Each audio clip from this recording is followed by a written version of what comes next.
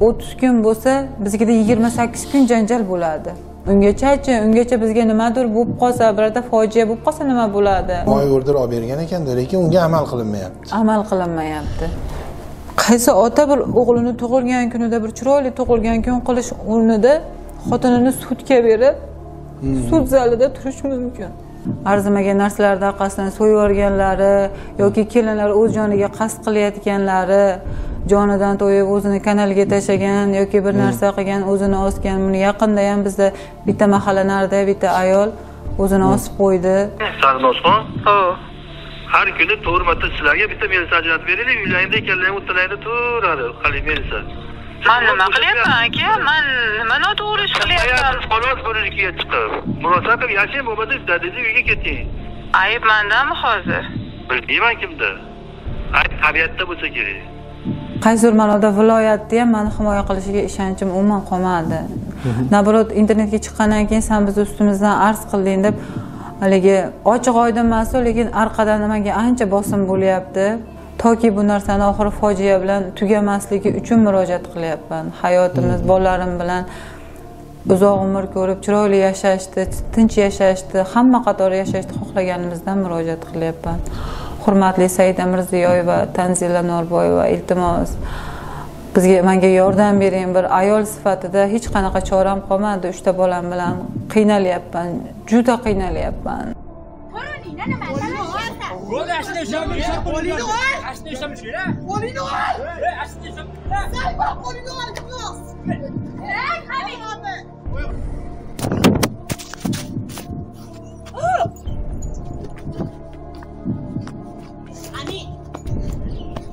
Sana puling bas, tushundingmi?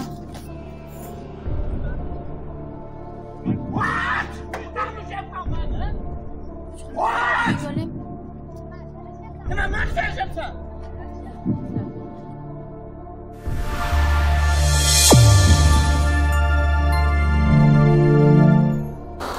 Men Turdiyeva Sarvinoz Rustamjon qizi 1994-yil 1-mayda tug'ilganman, Farg'ona tumani.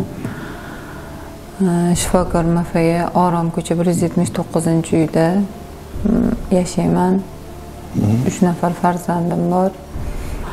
2011-yil aprel oyida o'sha turmush o'rtog'im Turdiyev Hamidullo Hakimjonovichga turmushga chiqqanman. Turmushimiz davomidan 3 ta farzandimiz bor. Men turmushga chiqqanimda turmush o'rtog'im Andijon davlat tibbiyot institutida o'qirdi. O paytlari hayotimiz yaxshi edi. O'qishga ketar edi. 1 oyda, 2 oyda bir kelar edi. Qaynotam bilan o'tirar edim. Ularda bitta oshxonasi bor edi, ishlar edik kechasi 11-12 birgacha. Ularga ko'p ham yoqmas edim men, lekin xo'jayinim yaxshi edi. Ayasi bo'g'ilma, mana bular yaxshi bo'lib ketadi, hali biz o'zimiz adina bo'lib chiqib ketamiz.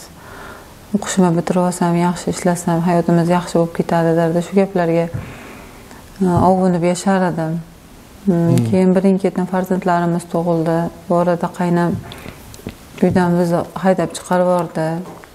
Chunki men tikuvchilik bilan shug'ullanib, mana bolalar ozgina katta bo'lgandan keyin pulga muhtojlik ko'payib, tikuvchilik bilan shug'ullanib ozgina ro'zg'orda tebratishga harakat qilganim uchun tikuv mashinalarimni, albatta joylarimni, uyimni iflos qilyapsan, bunaqa qilyapsan deb chiqardi. Keyin shundan keyin ota uyimda yashay boshladik. Turmush o'rtog'im ham oilasi shunaqaligini bilgani uchun hech narsa demadi-da, kelib işte birga yashay boshladik ota uyimda. Keyin kreditga tikuv mashinalari oldik, ishimiz yana ham yurishdi. Ishladik, pastel tikib sotdik, O'zbekiston bo'ylab tarqatdik, tadbirkorlik faoliyati ochdik, xususiy korxona. Keyin shu Orom ko'cha 179-uyda sotib oldik o'sha odamdan, bitta qo'shnimizdan. Yatga keyin o'sha yerda mehmonxona qurib, o'sha yerda yashab, rivojlantirib, yana ham tadbirkorlik qilish uchun hali juda harakat qila boshladik. Yana ham 24 soatlab ishlab buxanka sehi ochdik, qo'shildi yana tadbirkorligimizga, kichkina bir magazincha ochdik. Ashuna qilib hali joyda ko'tarishga harakat qildik. Ko'tardik ham, katta bitta 4 etajli zdaniya soldik. Endi bizni hisobimizda endi katta narsa bo'ldi. Harakat qilib hali joyda bitkizdik. Bitib faoliyatda yura boshlagandan keyin, yaxshi daromad kelib boshlagandan keyin muammolarimiz ko'payib ketdi. Bu orada erim o'qishini bitirib, 2-3 joylarda ishlab, oxirgi ish joyi Farg'ona shahar tibbiyot birlashmasi boshlig'i bo'lib ishladi. Bosh vrach. Bosh vrach. Ishga kirgandan keyin bu odam rahbar bo'libmi, qandaydir o'zgarib, hali amaldor bo'lgani uchunmi yoki hamma unga bir rahbarga munosabat qilib, bir qulluq qilib gapirgani uchunmi bizga nisbatan muomalalar o'zgarib, xuddi qo'l ostidagi ishchisidek muomala qiladigan, bir unaqa qiladigan, bir umuman nimalari o'zgardi bizga nisbatan.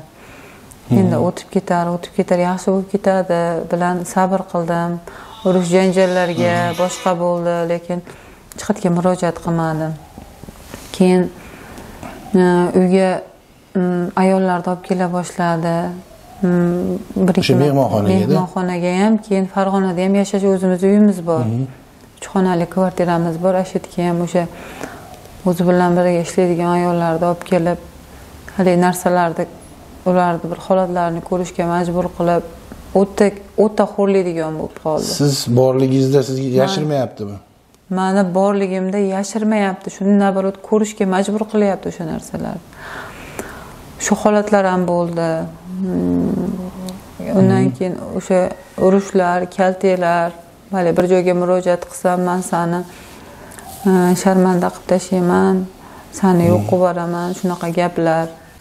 Bir xilgi paytlar ertalabgacha tikka qilib qo'ygan paytlari bo'lganda, hali yotkizmasdan bir moralni ezib, xo'rlab, ruhiy ta'sir ko'rsatib, keyin oxiri sabrim tugadi, meni ham ichki ishlarga murojaat qildim. Shunaqa holat, urushlardan to'ydim, kaltaklardan to'ydim, yordam beringlar dedim. Bu bo'yicha bir marta urganligi bo'yicha bir marta ma'muriy bo'ldi, jarima bo'ldi. Undan keyin bu holatlar ham ko'paydiki, kamaymadi. Sen meni ustimdan ariza qilgansan. Shunaqa gaplarda endi boshladi. O'sha mehmonxonada o'sha urush janjal bo'lgan paytda o'sha xo'jayiningiz bilan o'sha mehmonxonada uyingiz ham bo'lgan, to'g'rimi? O'shani podval qismida yashagansiz. Janjal bo'lyapti, lekin baribir birga yashayapsizlar. Ha, haligi mehmonxonada xona ko'pda, masalan, u boshqa xonada, boshqa etajda, men boshqa xonada, boshqa etajda yashayveramiz bitta joyda, yoki ota uyimga ketaman. Boshqa paytlar ketib boraman yoki bolalarimni olib uzoqroqqa ketib, bir oylab yurib kelaman. Ashuna qilib kunlarimiz o'ta boshladi. Kunlar, yillar ashuna qilib 2 yil, 3 yil shu hayotda yashadik. Keyin nima sabab bo'ldi? Ishdan bo'shatildi bu odam. Ishdan bo'shatilgandan keyin tabiiyki 24 soat o'sha yerda bo'lib, haligi o'tirsam o'poq, tursam so'poq, janjallar yana ham ko'paydi. Birorta mehmonxonaga kelgan bir dam oluvchilarga haligilarga muloqot qilasiz, iloji yo'q muloqot qilasiz. Haligilarga muloqot qilsam, hali joyda janjal qilib, u dam oluvchiga tashlanib, menga tashlanib, sanlarda o'rtingda nimadir bor yoki bir usta kelsa u bilan gaplashib qolsam, unga ham unaqa qilib, o'ynash qilib, sen buzuqlik qilyapsan, sen buzuq ayolsan, shunaqalar qilib, tuhmatlar qilib, janjallar qila boshladi. Bu orada shunaqa janjallar orasida shu yana bitta odamga shunaqa qilib, janjal qilib, ko'cha-ko'yda tomosha ko'rsatib, hammaga el haqqa sharmanda qildi-da, bu bo'yicha 3 sutka qamoq jazosi bo'ldi. Undan keyin ham bunaqa holatlar rosa ko'p bo'ldi, lekin undan keyin chora ko'rilgan yo'q, lekin ustidan jinoiy ish qo'zg'atildi. 126/1 ikkinchi qismi bilan jinoyat ishi qo'zg'atildiki, lekin ular faqat qog'ozdami bilmayman, undan keyin ham bilmayman. Shu bo'yicha qolib ketdi, hech qanday chora. Shu bo'yicha qolib ketdi, chora ko'ryapmiz. Tergov muddati 3 oy, sud 6 oygacha bo'ladi. Yana telefon qilsam, eringizga anaqa qilinibdi-ku, jinoyat ishi qo'zg'atilibdi-ku, shu, lekin bu odam his qilgan yo'q jinoyat ishi qo'zg'atilganini. Yo'q, hozir ichki ishlar tomonidan qo'zg'atildi deyapsiz. Undan tashqari yana nima qilindi? Qanaqadir sizni himoya qilish bo'yicha nimadir qilindi? Himoya order berilgan. Menga 1 yildan beri himoya order beriladi. 1 yildan beri bir 6 martami himoya orderi oldim. Lekin 1 oyda ichida 30 kun bo'lsa, bizga 28 kun janjal bo'ladi. o'zi himoya orderi bo'lgan odamning yonida yurish mumkin emas, to'g'rimi? Ha, bir xonada turish, muloqot qilish mumkin emas. Lekin har kuni muloqotda janjal to'polon, shunaqami? Har kuni muloqotda janjal to'polon. Bu bo'yicha ichki ishlar nima qildi? Himoya orderingiz bo'lgandan keyin. Ichki ishlarga murojaat qilsam, buni ham haqqi bor, batga kirib yashashga, qonuniy turmush o'rtog'ingiz. Bularni o'sha yashash joyi propiska deydi, doimiy qayerda? Farg'ona shahar, Gulzor MFY. Boshqa joyda yashaydi. Boshqa joyda, ha, yashash. O'sha yerda yashash kerak, demak sizni yoningizga kelish mumkin emas. Yonimga kelish mumkin emas. Lekin buzyapti. Keladi. Yashamaydi-yu, mana shulardan keyin, mana oxirgi jinoyat ishi qo'zg'atilgandan keyin atta yashamay qo'ydi, lekin 24 soat xohlagan paytda kelib janjal qilib ketiladi. Yerda yashamasa ham kelib janjal to'polon qilib keladi. Biz 102 ga qilamiz. Ana telefonimizga ijtimoiy himoyadan SOS signalini o'rnatib berishgan. Uni bosamiz, 102 keladi.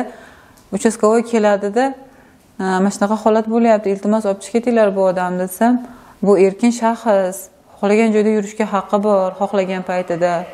Bizning himoya orderimiz bor. Biz mana soatingizga qarang, kechasi 1-2 bo'lyapti. Biz yashash, tinchgina uxlashni xohlaymiz. Nahotki shunga haqqimiz bo'lmasa, sizga nima xalaqit qilyapti? Shu odam xalaqit qilyapti, eshiklarimizni buzib kiryapti, svetlarimizni avtomatdan tashlab qo'yapti, bolalarim qorong'ida qo'rqib yig'layapti, hushiga nima kelsa qilyapti, ko'zingiz oldida qancha narsalar qilyapti, nimaga chora ko'rmaysiz desam, tergov ketyapti, sud hal qiladi.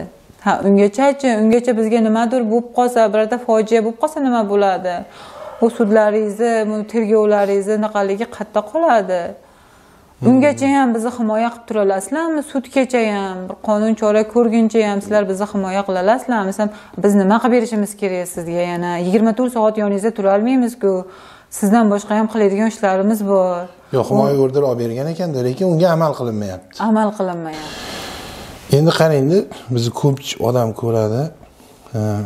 Endi bari ayol kishi ham bari eri bilan o'sha janjal to'polon bo'lganda, ayol kishining ham o'rni katta-da. Shu janjal to'polonni oldini olish uchun birorta harakat qildingizmi? Chunki hozir ko'rayotgan odamlar o'zingizni aybdor qilishi mumkin-da bunga. O'zingizni aybdor qilishi mumkin. O'sha qanaqadir 3 ta bolangiz bor ekan, farzandlaringiz bor ekan. Biz hozir siz bilan gaplashyapmiz, masalan, turmush o'rtog'ingiz bilan hali gaplashmadik. Masalan, u ham murojaat qilib qolishi mumkin.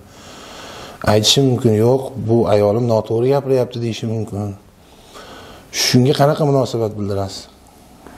Mayli murojaat qilib, qitga murojaat qiladi, nima qiladi, lekin meni hamma gapirgan gaplarim asosli, hujjatlari bor, video syomkalari bor. Yarashish imkoniyati bo'lmadimi demoqchiman-da? Yarashish imkoniyati bo'lmadi. Uchta farzandingiz bor ekan. Yarashishni xohlaydigan odam yo bir oilasi kerak bo'lgan odam bunaqa qilib urush janjal qilmasdan, hatto bayramlarda urush qildi-da. O'g'limni tug'ilgan kunida biz sud zalida bo'ldik-da. Shu mulk tutalashib bizni sudga bergan, meni sudga bergan, chunki u joyda menga hadya qilib o'tkazgan edi. Mulk bo'yicha biz sud zalida turibmiz. Vaholanki o'sha kuni o'g'limni tug'ilgan kuni bo'lganda, qaysi ota bir o'g'lini tug'ilgan kunida bir chiroyli tug'ilgan kun qilish o'rnida xotinini sudga berib, sud zalida turish mumkin. Yo, endi birga topgan mulkinglar bo'lyapti-da, endi qonun bo'yicha. Mayli, birga topgan mulkimiz shuni chiroyli kelishib, mana saniki, mana meniki yoki sen mana narsalarga rozi bo'l, albatta men o'zim qilaman. Oilam bola chaqam ta'minlayman, bo'ldi, biz sen bilan kelisholmadik deb chiroyli hal qilsa ham bo'ladi-ku. Urush janjallarsiz, sudlarsiz, arizalarsiz, tergovlarsiz kelishib bo'lmaganidan, bunga chora bo'lmaganidan siz hozir aytmoqchisizki, eng oxirgi o'sha boshqa ilojim bo'lmagandan murojaat qildim. O'ziga ham necha marta aytdim. Shunday narsalarni to'xtataylik. Chiroyli, oliy ma'lumotli odamsiz. Baribir 3 ta bola bor o'rtada. Ertaga yuz ko'rmas bo'lib ketmaylikda. Ajrashsak ham chiroyli ajrashaylik. Bolalarda xotirasida ham bir dadam kelib janjal qiladigan, otadigan nimasida qolmasin. Bolalarda xotirasida chiroyli ota bo'lib qoling.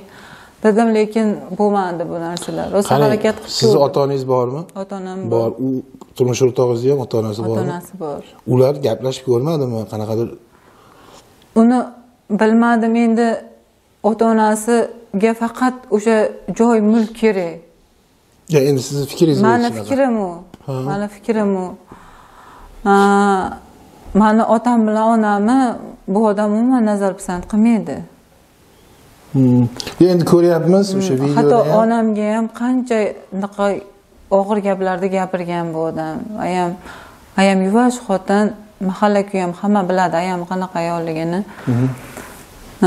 Ayam faqat jon bolam, keling bunaqa qilmang, urmang, menga ayting, bir narsa bo'lsa menga ayting, jon bolam urmang, bolamni o'ldirib qo'yasiz, nima bo'lsa ayting, men anaqa qilay, o'zim tushuntiraman, aybi bo'lsa menga ayting deb juda ko'p yalinadi bu odamga, lekin bu odam haligi yaxshi gapirib, chiroyli gapirganini qo'rqoqlik deb biladimi yo aybdorlik deb biladimi, nima deb biladi, lekin onamni umuman nazar pisand qilmaydi.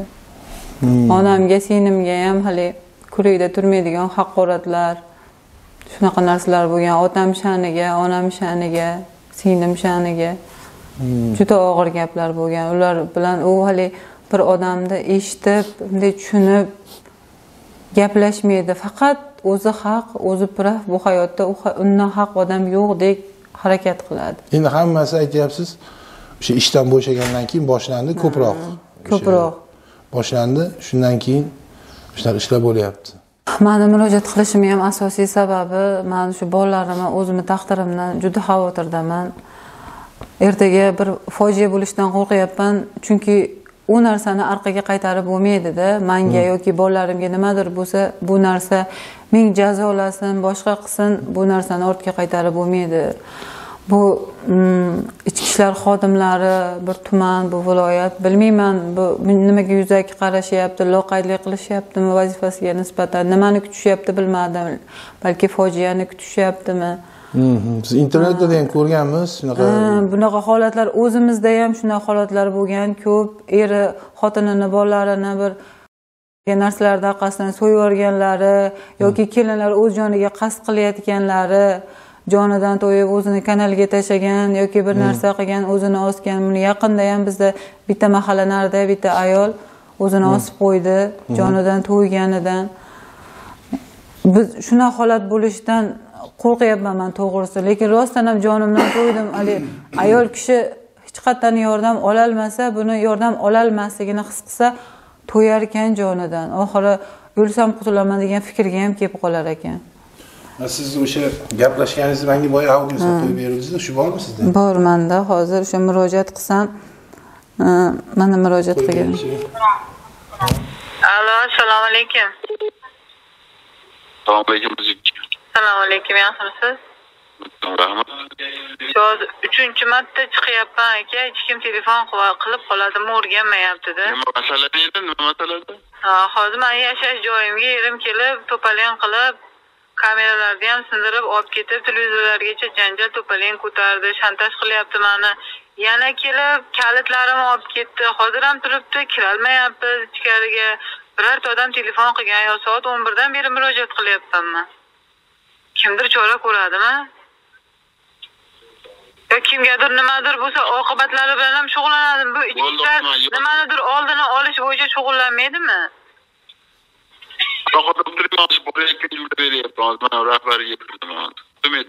Uchta bola bilan ko'chadaman. Operator javobini kuting. Tojiboyev 5taman. Assalomu alaykum. Assalomu alaykum. 103 ga 3-marta murojaat qilyapman, 102 ga. Hali murojaatim bo'yicha 11 dan beri hech kim xabar olgan yo'q. Erim shu orada 3 marta to'palon qilib ketdi. Turdiyeva Sarvinoz. Kimsiz? Turdiyeva Sarvinoz Rustamjon qizi. Yaxshi. Nima qarang, Sarvinoz-xon? Xo'p. Har kuni 4 marta sizlarga bitta melisa ajratib beraylik, uylaringda ekanlar, o'tlarida turadi. Qali melisa. Men erim bilan birga yashamayman. Meni yashash joyimga kelib xizmat ko'rsatadi bitta uchastka. 7000 aholiga tasavvur qilyapsizmi? Sizga o'xshagan 7000 ta odam bor. Siz bitta uchastkada 2 oydan beri umuman bo'shatmayapsiz siz. Tushunyapsizmi siz? Men nima qilyapman aka? Men nima noto'g'ri ish qilyapman? Siz xolos bo'lishiga chiqib, murosa qilib yashang, bo'lmasa dadangiz uyiga keting. Nima uchun dadam uyga ketaman, men o'zim uyimda turib. Bo'lmasa chiqavermang-da, odam kelmayapti demang-da qizi. Sizdan boshqa ishi bor-da, uchastka o'zini osib qo'ysin. Menda oxiri siz faqat men kelibmanki, o'zi 3 kunda bir kelaman, faqat sizni familiyangizdan qattiq qarasa siz familiyangiz. Ha, shunga chora ko'rilmayapti-da, aka. Unaqa qilib xizmat ko'rsatmaydi, hech qanday ko'rsatmaydi unaqa qilib qizingiz. Bir kunda 7 marta sizni yuzga bormaydi xodim. Mani uyimga borish shart, chora ko'rib yetilaring bo'ldi. Sizdan tashqari ham ishi bor, uchastko'ydi. Bu darajada sizni yuzga ko'p qatnay olmaydi uchastko'y.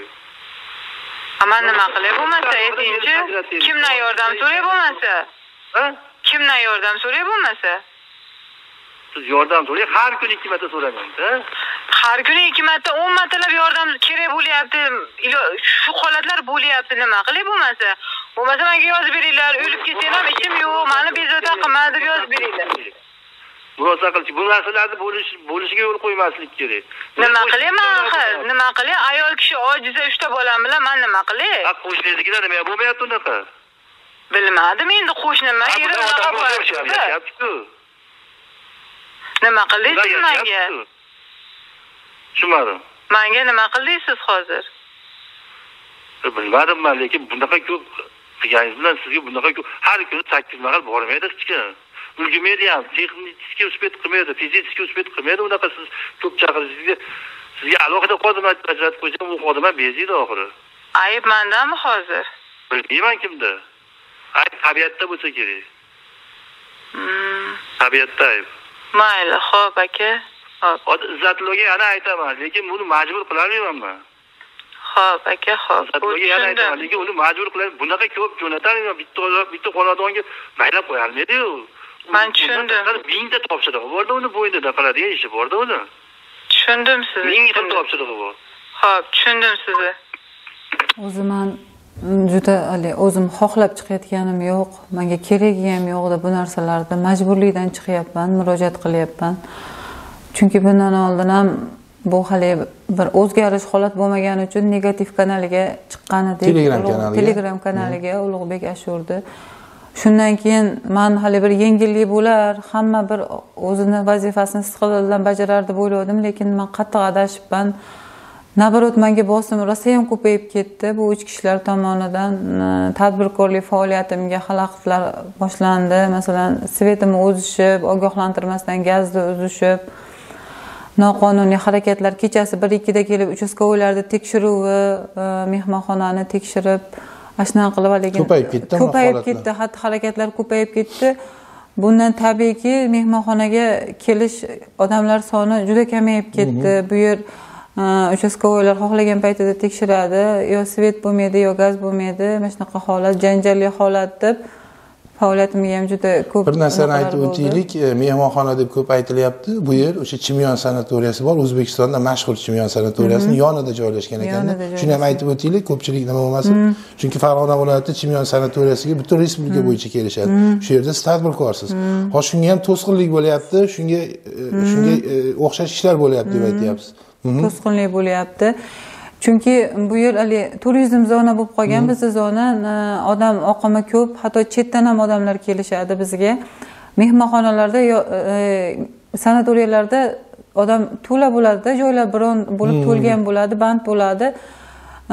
Shunchalik talab ko'pki, undan tashqari ham rosa odam ko'p bo'ladi-da, bizning mehmonxonada turishib, sanatoriyadan lechena, shnaqalarda olib ham turishadi. Odamlarga bu jichi yengillik bo'ladi, sanatoriyada qolgandan tashqarida turib kirib lechena olib arzonroq tushadi. Shuni hisobiga biz o'shalarda hisobidan yerda tirikchilik qilamiz. Hozirgi holatda mana shu holatlarga ham to'sqinlik bo'lib, qancha ham kreditlarim bor davlatdan, hatto ularni ham to'lolmayapman. Bolalaringiz bilan yashaysizmi? Qayerda yashaysiz? Bolalarim bilan o'sha yerda mehmonxonani bitta xonasida yashab, o'sha yerda tirikchilik qilamiz. Endi meni ham bor tirikchiligim shu yerdan, 3 ta farzandim bor. Uni ta'minoti o'zimning bo'ynimda. Hozirda dadasini ishi yo'q, bolalari bilan faqat kelib janjal qilishni biladi. Men qo'rqyapman, bolalarim o'zimning taqdiridan xavotirdaman. Chunki meni tumanda, qaysidir ma'noda viloyatda ham meni himoya qilishiga ishonchim umuman qolmadi. Nabarot internetga chiqqandan keyin sen biz ustimizdan arz qilding deb haligi ochiq oydin emas, lekin orqadan menga ancha bosim bo'lyapti. Xo'jayinim o'zi kelib, internetga chiqarsam hamma yo'q hal bo'lib qoladi deb o'ylaydim. Endi senga bular qarshi ishlaydi. Sen o'zing qarshi ish qilding. Sen baribir yutkizasan, kimga ishonyapsan bilmadim, shu qabilada gaplar gapirib ketadi. Uchastkovoylar mendan norozi, telefonimni ko'targisi kelmaydi, ishimni ko'rgisi kelmaydi. Mana haqiqatda ham keyin o'ylab qarasam, bu xo'jayinim gaplarini o'sha negativ kanalga chiqqandan keyingi janjallar bo'yicha hech qanaqa chora ko'rilmagan. Yo ma'muriy yoki boshqa hech biri o'rganilishsiz qolib ketgan. Bunga misol shu oxirgi janjal bo'yicha uchastkovoyga telefon qilib, aka kechagi janjallar nima bo'ldi? Tushuntirish xati ham olmadilar endi desam, ishingiz kimga berilgan ekan o'zi? Men bilmadim, menga berilgan yo'q deyapti. Siz bizga qaraydigan uchastkovoysiz desam, men surishtirib ko'raychi kimga berilganini dedi. Bo'ldi, shu bilan yo'q, uchastkovoy telefonini ham olmaydi. Xullas, men hech kimga ishonchim qolmadi. Men yordam so'rab murojaat qilyapman. Bizni himoya qilishlarini so'rayman. Xotin-qizlar ijtimoiy himoya, bolalarni himoya qilish markazlaridan yordam berishlarini so'rayman. Toki bu narsani oxiri fojia bilan tugamasligi uchun murojaat qilyapman. Hayotimiz bolalarim bilan uzoq umr ko'rib, chiroyli yashashni, tinch yashashni, hamma qatori yashashni xohlaganimizdan murojaat qilyapman. Hurmatli Saida Mirziyoyeva, Tanzila Norboyeva, iltimos menga yordam bering. Bir ayol sifatida hech qanaqa choram qolmadi. 3 ta bolam bilan qiynalyapman, juda qiynalyapman. Bu yordam so'rab rosa murojaat qildim, lekin murojaatlarim ichki ishlar xodimlari loqaydlik qilyapti. Meni murojaatlarimga juda yengil qarashyapti. Yoki bir manfaat bormi boshqa tomondan bilmadim. Men chiqishga majbur bo'lyapman, yordam so'rashga majbur bo'lyapman. Iltimos yordam beringlar. Demak do'stlar, eshityapsizlar o'zinglar. Demak biz ham so'rab qolgan bo'lardik. O'sha bolalar ombudsmani bor, chunki bular shu bolalarimga ham qanaqadir tazyiqlar bo'layotgan. Bolalaringizga ham tazyiqlar bo'lyaptimi? Bolalarimga ham himoya orderlari bor. Bolalarga ham kelib kerak bo'lsa urib, qo'lidagi telefonlarini tortib, sudrab, quvib, shunaqa holatlar ham bo'lgan.